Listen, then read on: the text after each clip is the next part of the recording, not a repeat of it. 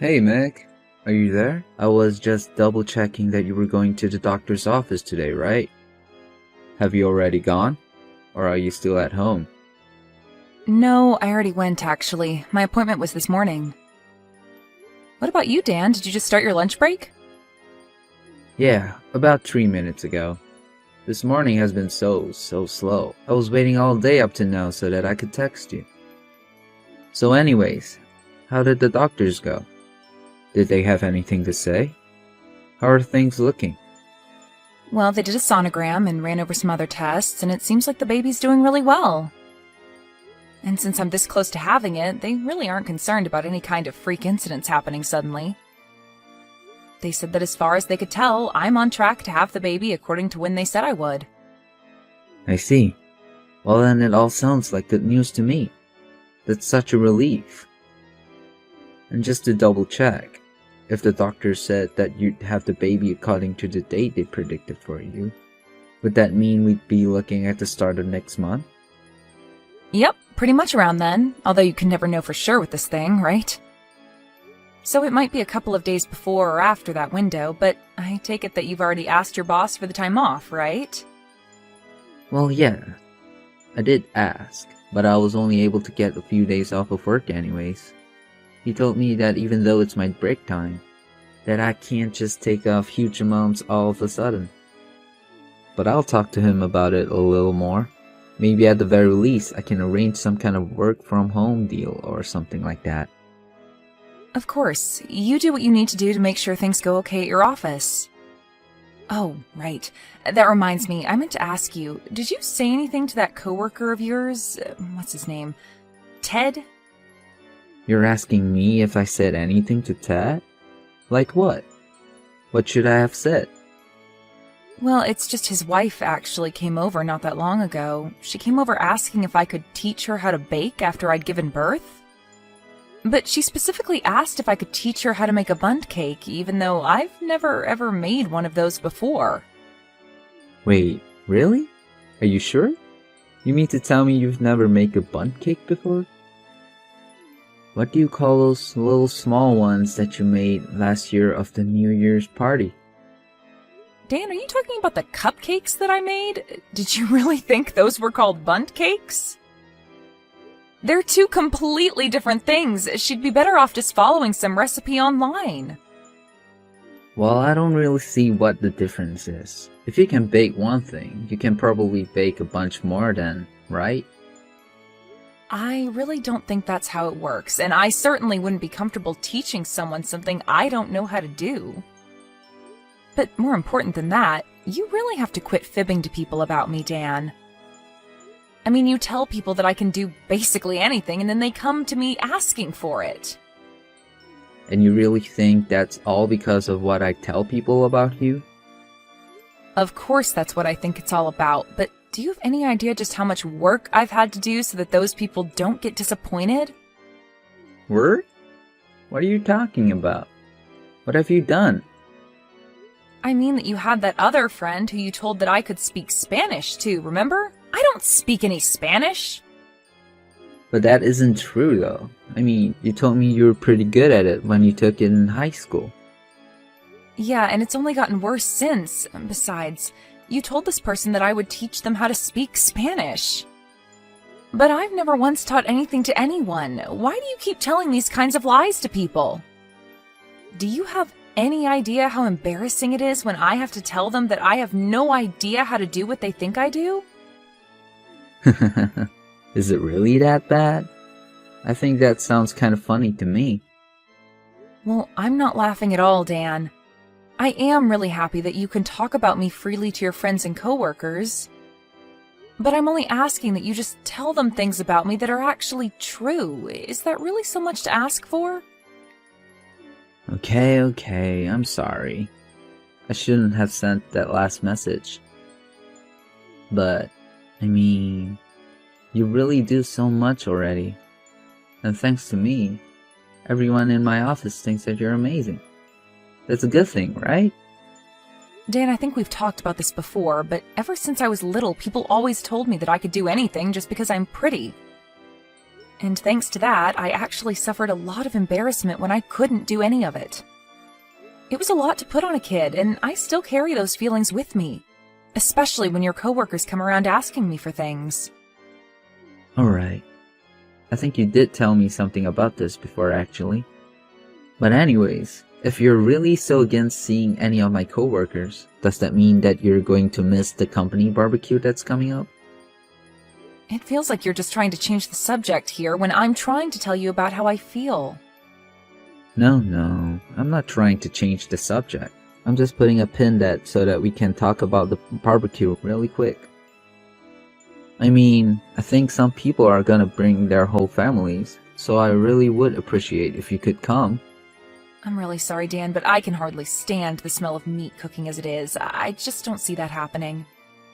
Besides, it's already so hot this summer, I don't think I could be outdoors for that long. I guess you have a point there. But that really sucks. I was hoping we could have gone together. Well, sorry it didn't work out this time. Maybe next year. And again, just please be a little more careful with what you tell others about me, okay? I understand wanting to brag about your wife, but let's keep the brags within the realm of things I can actually do. Yeah. I promise to watch what I say around people. Jeez. Anyways, I've got to get back to work now. As for you, you're pregnant. So you really should learn to relax and take things easier. Thanks for that, Dan. I'll do my best to take things easy from here on. Hope you have a good rest of the day at work. Hey Meg, what are you doing right now? So happy to be at home at the moment. Yep, I'm at home, pregnant as ever. I take it you've already arrived at your company barbecue then? You know, I can hardly even get myself off the couch as I am right now. But I hope that you're having fun. How is it over there? Oh, it's really fun. Lots of people here and we are all having a good time. But I'm actually going to be coming home now. So get ready to leave the house when I get back, okay? Wait, what? You mean you're already coming home from the event? And just where are we going that I need to get ready to leave? Where are we going? Well, I'm going to be bringing you to the barbecue as well. So just get ready for me to pick you up and we can go. Hold on a second, Dan. I thought that we already talked about this. I told you that I wouldn't be able to go. You said okay, remember? What changed since then? Yeah, I did say that I was okay with it. But now I have people here who are asking where you are and want to meet you. As in people from your work that want to meet me? People like who? You remember last year how that new girl joined our company, right? Well, she wants to meet the wife that I've been bragging about this whole time. I think I remember you mentioning something about the new hire, but I don't get why she would want to meet me. I guess that she's just come to really admire you after all that she's heard. This is a good thing. She's come to admire me? What does that even mean? How could she admire me if we haven't even met? I'm sorry, Dan, but I'm just really confused right now. Well then let me explain.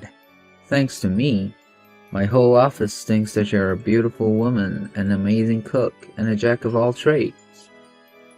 You must be so happy to hear all of this though, right? I mean, this is great for you. Dan, I thought that we talked about this before. You said that you would stop telling people in your office lies about me, remember? Please, it's really embarrassing when they ask me about all these things that I just can't do. I know that you're just wanting people to be excited about meeting your wife, but it really does put me in an awkward spot. I'm sorry, but I don't see anything wrong with what I'm doing. I know that you don't want to come and meet this coworker. I'm going to insist that you do come. Are you serious right now? You're seriously going to insist that I go to this barbecue with you even though I told you I can't? Please. Don't you care at all about my reputation here at the office? I am your husband, and I am inviting you to this event. You are going to make me look really bad if you just turn me down, you know? How am I supposed to save face around here if you're not doing what I say? Dan, you do realize that I am on the verge of giving birth to our child, right? I mean, I could go into labor any day now, basically. And I am telling you that I don't want to be standing outside at a hot barbecue and smell meat cooking all day. Oh, come on. Do you really think the weather is so bad that something's gonna happen to you? You're going to be just fine. Don't worry so much. Dan, you can't just brush off all my worries by telling me not to worry. Besides, this isn't just about me. This is about the baby as well. Aren't you worried about what will happen if I get heat stroke or something? Of course I'm not, because that isn't going to happen. I'll be right there looking after you. Don't worry. If you ever get tired, you can just tell me and it'll be all okay. Really? Because for some reason I just can't bring myself to believe that. You mean that you can't believe something your own husband is telling you? What's the matter with you? Besides, I need you here at the barbecue so that I could put you to work. Put me to work? What does that mean? You aren't seriously going to ask me to do things there, are you? You mean you really think you can just show up, eat food, and then go home without doing anything? Come on now, I've been telling everyone here about how amazing you are. You have to show up and do something to impress them. Think of how embarrassed I'll be if you can't even do that. Anyways, I'm already on my way over to pick you up. Ugh, you really have some serious nerve, do you know that? I mean, did you really have to go and faint in the middle of the barbecue and in front of all my coworkers? You totally ruined the reputation I set up for you. I don't even know what else to say except that I'm very, very disappointed in you. Excuse me? You're disappointed in me? You've got to be kidding me.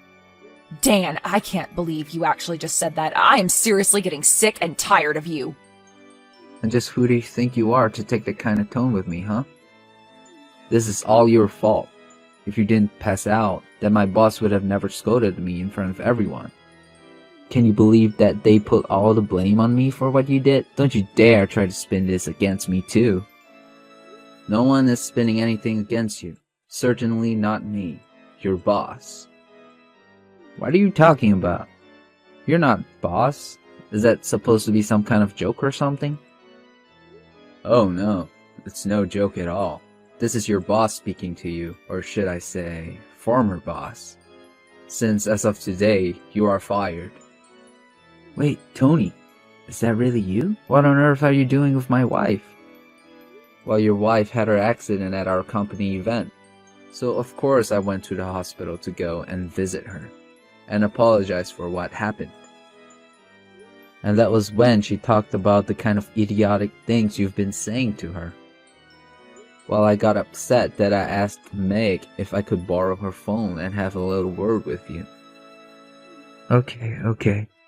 I believe that it's really you, but I'm not really fired, right? I mean, you didn't really mean it when you said that, did you? Oh, I was very serious and I still am. I better not see you at work tomorrow. Now hold on just a second. Don't you think that's just taking things a little bit too far? I mean, this has to be illegal or something. I'm sorry. But after what I've learned about you, I just don't want to be working in the same office as you. But why? I didn't even do anything. It was my wife who caused the scene, not me. Are you really trying to pin this all on your pregnant wife? I can't believe that you would do that. How can you call yourself her husband? She should be the most important thing in the world to you. And this whole time you were just trying to use her to score points at the office. Tony, I'm sorry, but I don't think it's appropriate for you to be stepping into this matter. This is between my wife and I would appreciate your understanding. All that being said, please don't fire me. Well, if you'd like. We could take this matter to court and see what a judge has to say about your firing. But this isn't fair. You can't take me to... You're the one trying to fire me. And I'll make sure that the court knows exactly why keeping you around would be bad for the company. By the way, I wouldn't bother trying to visit your wife in the hospital. She's asking me to tell you that she never wants to see you again. Not only that, but she also wants to get a divorce as well. She's telling me to tell you that the next time you hear from her, it'll be through her lawyer. Have a nice life, Dan. It wasn't long after that I went into labor, but I would never have guessed that I would be signing divorce papers as soon as it was born. I heard later from Tony that Dan was ultimately fired as well.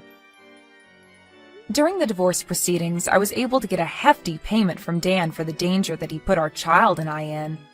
He was also ordered to pay child support until our baby was an adult. Dan decided to settle the child support issue with one large payment. Apparently, he couldn't stand the shame of his family and office knowing what he had done. He wanted to get the divorce process over and done with as soon as possible.